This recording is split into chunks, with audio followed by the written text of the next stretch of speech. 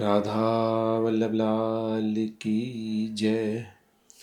महाप्रभु श्री हरवंश चंद्र बरजू महाराज की जय। श्री सेवक जी महाराज की जय। यमुना रस रानी की जय।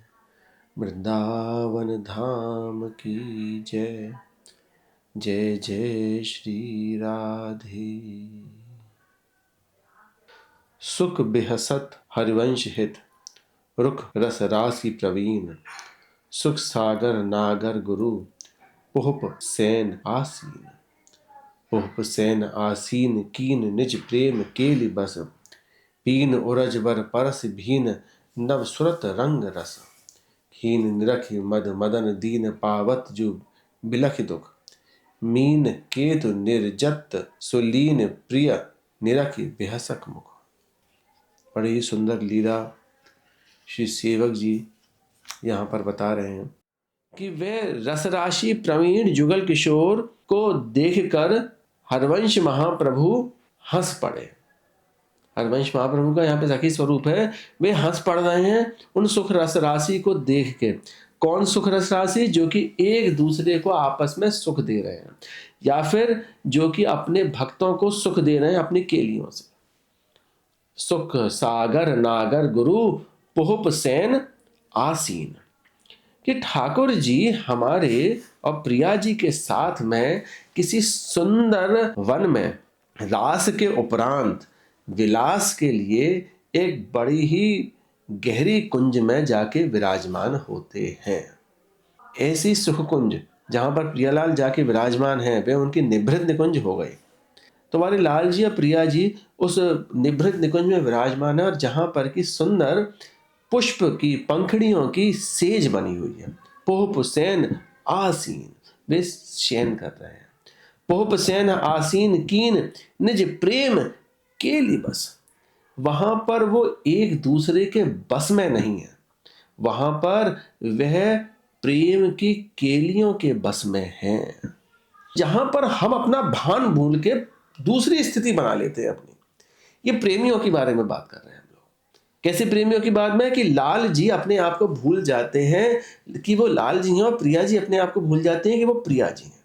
ये एक विपरीत रति है। ये विपरीत रति तब हो पाती है कि जब प्रेम की पराकाष्ठा होती है, तभी तो खिचड़ी उत्सव हो जाता है।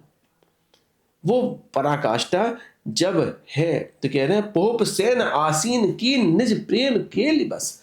कि वहां पर प्रियालाल अपने प्रेम की केलियों के बस में रहते हैं। हरवंश महाप्रभु इन सारी केलियों को देखते रहते हैं हित सजनी के स्वरूप में, और वो मुस्कुरा रहे हैं वहां पर देख के अंदर।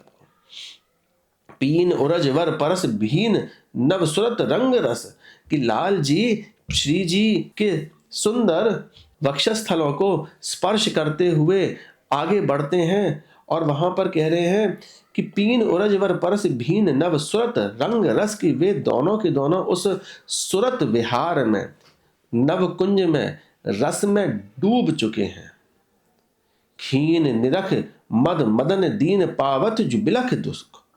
देखिए श्रीमद् भागवत में भी इसके बारे में बड़ा सुंदर रूप से वर्णन किया है कि जब रास पंचाध्यायी का आखिरी श्लोक चल रहा है, तो वहां पर कह रहे हैं विक्रीडतम ब्रजबधूभिर्दम च विष्णुः श्रद्धान्वितोऽनुशृणुयादत वर्णयेद् यः भक्तिं परां भगवती प्रतिलभ्य कामम् हृदोगमाश्वपहिनोत्य चिरेण धीरा। कि जो धीर पुरुष ब्रज ललनाओं के साथ में श्री ठाकुर जी के रास पंचाध्यायी को पढ़ता है, उसके हृदय में से हृदय रोग रूपी काम विकार अपने आप ही मुक्त होके निकल जाता है। रस सागर हरिवंश हित, लसत सरित वर तीर। जग जस विशद सुविस्तरित, बसत जो कुंज कुटीर। बसत जो कुंज कुटीर भीर, नवरंग भामनी वर। चीर नील गौरांग सरस, घन तन पीतांबर। धीर बहत दक्षिण समीर, कल केलि करत अस। नीरस शयन सुरचित वीर वर सुरत रंग रस। हरवंश महाप्रभु के लिए यहाँ पर सेवक जी उस रसमय कुंज का वर्णन कर रहे हैं कि रस सागर हरिवंश हित लसत सरित वर तीर। कि हरवंश महाप्रभु कुंज कुटीर में विराजमान हैं। उस कुंज कुटीर में जो विराजमान है प्रियालाल, उनका ही यश फैला हुआ है। उस कुंज कुटीर के अंदर जो विराजमान है हरिवंश महाप्रभु के साथ में, हरवंश महाप्रभु का यहाँ पर हमको सखी स्वरूप समझना है, उनका हित तत्व समझना है कि तत्व रूप में प्रियालाल के हृदय में विराजमान है।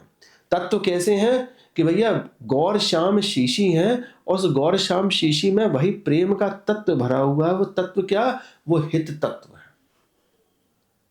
वो परम प्रेम का तत्व, प्रेम तत्व, हित तत्व उन गौर श्याम के अंदर भरा हुआ है, और उनका ही यश इस पूरे के पूरे संसार में फैला हुआ है।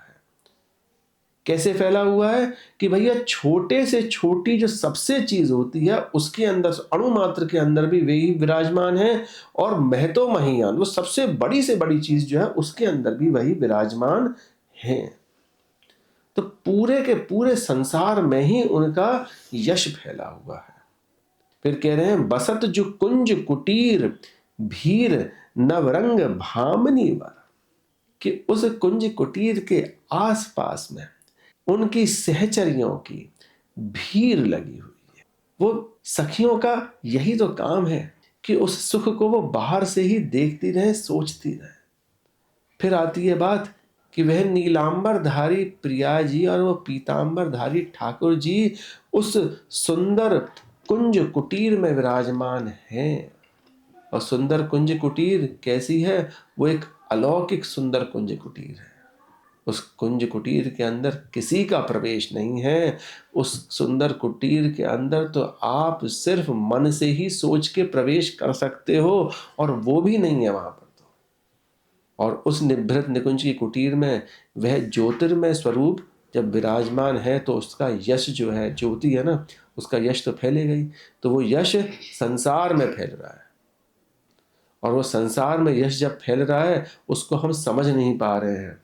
तब कह रहे हैं बाहर की निकस कुंज ठाड़े। भाई भैया उनकी कृपा से ही वह निकल के आए उस कुंज में से। भुजा परस्पर अंश, की दोनों कैसे हैं कि एक दूसरे के कंधों पर उन्होंने भुजा टक रखी है। श्री राधा वल्लभ मुख कमल निरख नैन हरिवंश। की वे राधा और कृष्ण एक साथ में आलिंगत स्वरूप में जब हैं तो उनको कौन देख रहा है? हरवंश महाप्रभु देख रहे हैं, और वही दिखा रहे हैं अपने शिष्यों को, अपने सहचरियों को और सबको कि भैया ये तुम्हारा लक्ष्य है जीवन का। फिर कह रहे हैं धीर बहत दक्षिण समीर कल केली करत अस। कि भैया सुंदर समीर दक्षिण दिशा की तरफ से बह रही है।